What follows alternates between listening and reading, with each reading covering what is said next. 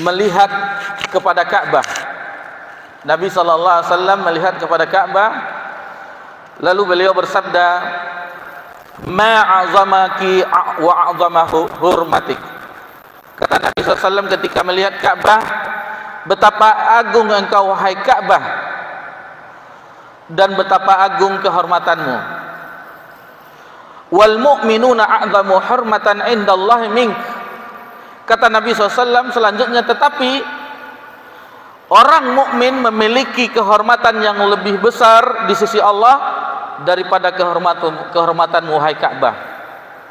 Jadi dari sini kita mengetahui bagaimana kehormatan seorang mukmin di sisi Allah Subhanahu wa taala itu lebih agung, lebih mulia di sisi Allah dibandingkan daripada Ka'bah. Dan kita mengetahui bagaimana keagungan dan kemuliaan Ka'bah sebagai kiblat kaum muslimin di seluruh dunia. Tetapi di sisi Allah, keagungan, kehormatan seorang mukmin itu lebih mulia di sisi Allah Subhanahu wa taala. Dan ini terus berlaku bagi seorang muslim dan muslimah baik ketika dia hidup hingga wafatnya. Ada sebuah hadis yang lain diriwayatkan oleh Imam Bukhari dari sahabat Abdullah bin Abbas radhiyallahu anhuma, ketika penyelenggaraan jenazah bibi beliau adalah Maimunah binti Al-Harith yang merupakan Ummul Mukminin, salah seorang istri Nabi sallallahu alaihi wasallam. Maimunah mempunyai saudari Ummu Fadal, Lubabah binti Haris, yang merupakan ibu dari Ibnu Abbas. Jadi Maimunah adalah bibi dari Ibnu Abbas radhiyallahu anhuma, salah seorang Ummul Mukminin radhiyallahu anha. Ketika istri Nabi sallallahu alaihi wasallam wafat, kata Ibnu Abbas memerintahkan kepada yang menyelenggarakan, "Hazi zaujatun Nabi sallallahu alaihi wasallam." Ini adalah istri Nabi sallallahu alaihi wasallam. Fa iza rafa'tum na'syaha fala tuzi'zuha. Kata Ibnu Abbas memperingatkan kepada orang-orang yang menyelenggarakan jenazah Ummul Mukminin radhiyallahu anha, jika kalian mengangkat kerandanya, jangan kalian menggerak-gerakkannya. Wala tuzalziluha, dan janganlah kalian menggoncang-goncangkannya. Warfuqu, tetapi angkatlah dengan lembut. Di dalam hadis ini diambil pelajaran, disyarah oleh Ibnu Hajar Al-Asqalani di dalam Fathul Bari ketika mensyarah hadis ini. Kata Ibnu Hajar Al-Asqalani, yustafadu minhu anna hurmatal mu'minin ba'dal mauti baqiyah. Sesungguhnya diambil faedah dari hadis ini bahwasanya kehormatan seorang mukmin itu setelah dia meninggal tetap berlaku, kama kanat fi hayati, sebagaimana tatkala dia masih hidup. Jadi dari sini diambil pelajaran hadis yang kita sebutkan dari Ibnu Abbas, bahwasanya kehormatan seorang mukmin, kata Ibnu Hajar, itu sampai beliau meninggal sebagaimana hidupnya itu sama, tetap dijaga kehormatan seorang mukmin. Di dalam hadis yang lain Nabi sallallahu alaihi wasallam bersabda, "Inna kasra 'izamil mu'mini maitan misla kasri hayya." Menghancurkan atau mematahkan tulang seorang mukmin tatkala ia masih tatkala ia sudah meninggal sama dengan ketika tatkala ia masih hidup. Dari sini bahwasanya dalil menjaga kehormatan seorang mukmin selain hadis yang kita bahas di siang ini, ditambah dengan hadis-hadis yang lain, bahwasanya kehormatan seorang mukmin haruslah dijaga baik ketika masih hidup maupun telah tiada. Kemudian penegaskan dalam hadis ini yang kita pelajari di hadis yang ke-24, bahwasanya haramnya mencela seorang muslim yang telah meninggal dunia. Sementara kita telah lewati hadis sibabul muslim fusuq, mencela seorang muslim itu fasik. Itu ketika dia masih hidup, dan ditambah lagi harus dijaga setelah wafatnya. Ikhwani fiddin, a'adzakumullah, bapak-bapak, ibu-ibu yang semoga diberkahi dan dirahmati oleh Allah Subhanahu wa taala. Ketika seseorang mencela masih hidup, mungkin ada manfaatnya sedikit. Apabila sampai berita itu ke seseorang, mungkin dia bisa merubah sesuatu yang buruk terhadap dirinya. Adapun terhadap orang yang meninggal, sudah meninggal, apa faedahnya? Tidak ada lagi, melainkan menambah dosa orang yang membicarakan atau yang mencelanya. Ada terdapat sebuah hadis yang membolehkan mencela mayat. Ini kita bawakan juga sebagai perbandingan, yang mana hadis ini sahih diriwayatkan Imam Bukhari dan Imam Muslim dalam kitab sahih mereka berdua dari hadis Anas bin Malik, yang mana ketika ada jenazah melewati para sahabat, faqala Nabi sallallahu alaihi wasallam, maka Nabi sallallahu alaihi wasallam ketika itu berkata, wajabat, thumma maru bi ukhra fa asnau 'alaiha syarra faqal. Yang tadi jenazah yang memiliki amal kebaikan yang baik, adapun yang kedua ini yang memiliki amal yang buruk. Nabi juga bersabda, wajabat. Faqala Umar bin Al-Khattab radhiyallahu anhu, ma wajabat.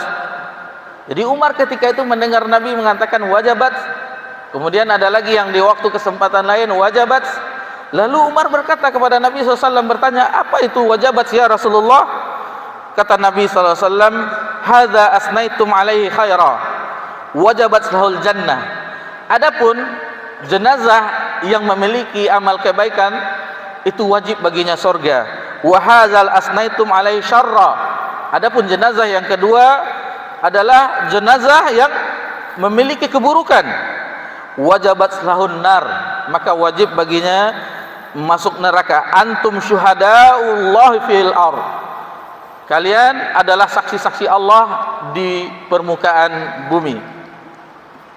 Secara zahir hadis yang kita baru saja sebutkan ini bolehnya membicarakan kesalahan atau keburukan mayat.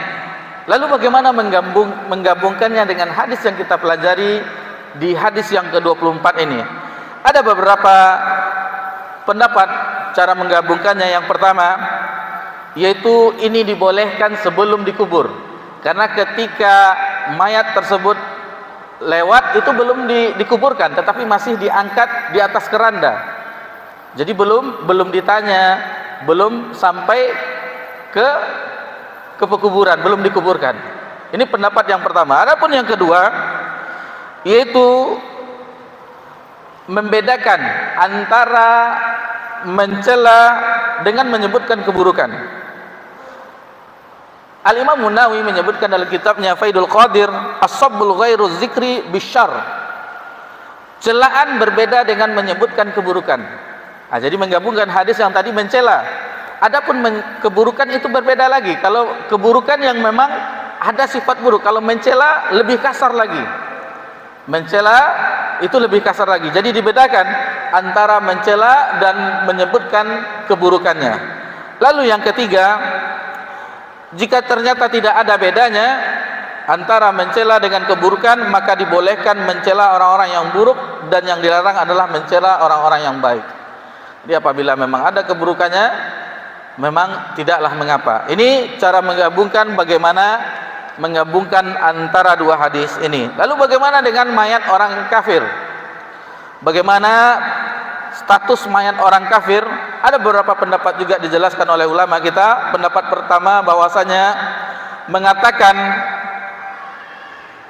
keburukan kepada orang kafir itu juga dicela juga, sebagaimana orang Islam. Itu pendapat yang pertama. Adapun yang kedua mengatakan bahwasanya yang dimaksud dalam hadis ini adalah mayat atau jenazah orang yang muslim saja. Adapun orang kafir tidaklah mengapa. Adapun pendapat yang ketiga menjelaskan bahwasanya jika ada faktor-faktor kebaikan menyebutkan keburukannya, maka tidaklah mengapa. Misalnya mengingatkan orang yang baik dia seorang muslim juga wafat dalam keadaan kafir, disebutkan jangan tiru jenazah yang telah meninggal itu, sesungguhnya dia telah begini untuk mengingatkan atas perbuatan buruknya. Dan itu diperbolehkan untuk mengingatkan orang jangan meniru perbuatan buruk yang telah dilakukannya. Demikianlah yang bisa kita pelajari di siang yang berbahagia ini, bahwasanya bagaimana agama kita begitu lengkapnya, begitu sempurnanya. Jangankan terhadap orang yang masih hidup, orang yang meninggal pun dijaga kehormatannya. Kalau kita perhatikan penyelenggaraan jenazah, bagaimana Islam memuliakan jenazah, dimandikan, dikafankan, diantarkan untuk disalati, sebelum dulu diantarkan bersama-sama, diiringi jenazahnya sampai kuburan. Setelah dikubur didoakan juga. Lihatlah agama yang lain, itu dibakar, dikremasi dan seterusnya, dibiarkan luntang-lantang. Jadi memang agama ini, agama kita, agama yang sempurna, sampai penyelenggaraan jenazah pun dimuliakan, baik ketika hidupnya dan wafatnya. Adapun di bagian akhir ini, yaitu jangan mencela mayat yang sudah meninggal, akan tetapi doakanlah bagi yang mukmin ampunan bagi mereka. Karena doa-doa orang yang masih hidup, terutama orang tua kita yang telah tiada, doa kita sangat dibutuhkan bagi mereka di alam kubur tersebut. Maka banyak-banyaklah berdoa atas ampunan kepada mereka berdua. Itu sangat bermanfaat bagi mereka daripada menjelek atau memburukkan apa yang pernah dilakukan ya terhadap orang yang telah meninggal dunia. Dan sebagaimana tadi di awal, insyaallah beberapa hari lagi kita memasuki bulan Al-Muharram. Diingatkan bahwasanya adalah suatu keutamaan puasa di bulan Al-Muharram, yaitu di tanggal 9 dan 10 yang dikenal dengan Tasu'a dan Asyura. Jika seandainya di hari Jumat jatuh tanggal 10, maka hitunglah sekitar 9 hari dan 10 hari berikutnya, niatkanlah berpuasa.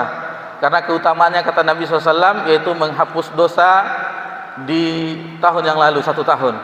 Maka kita niatkan, ini tidak berapa lama lagi memasuki bulan Al-Muharram, dan keutamaan bulan Al-Muharram juga bulan haram, dan itu adalah bulan yang disandarkan ke nama Allah, Syahrullah Al-Muharram. Bulan Allah adalah Al-Muharram. Demikian saja yang bisa kita pelajari, mudah-mudahan bermanfaat, mengingatkan kita akan bagaimana menjaga lisan kita, perkataan kita, baik terhadap orang yang masih hidup dan terhadap orang yang telah meninggal dunia. Subhanakallahumma bika asyhadu an la ilaha illa anta astaghfiruka wa atubu ilaik. Wassalamu ala nabi Muhammad sallallahu alaihi wasallam wa ala alihi wa sahbihi ajmain walhamdulillahi rabbil alamin. Wassalamualaikum warahmatullahi wabarakatuh.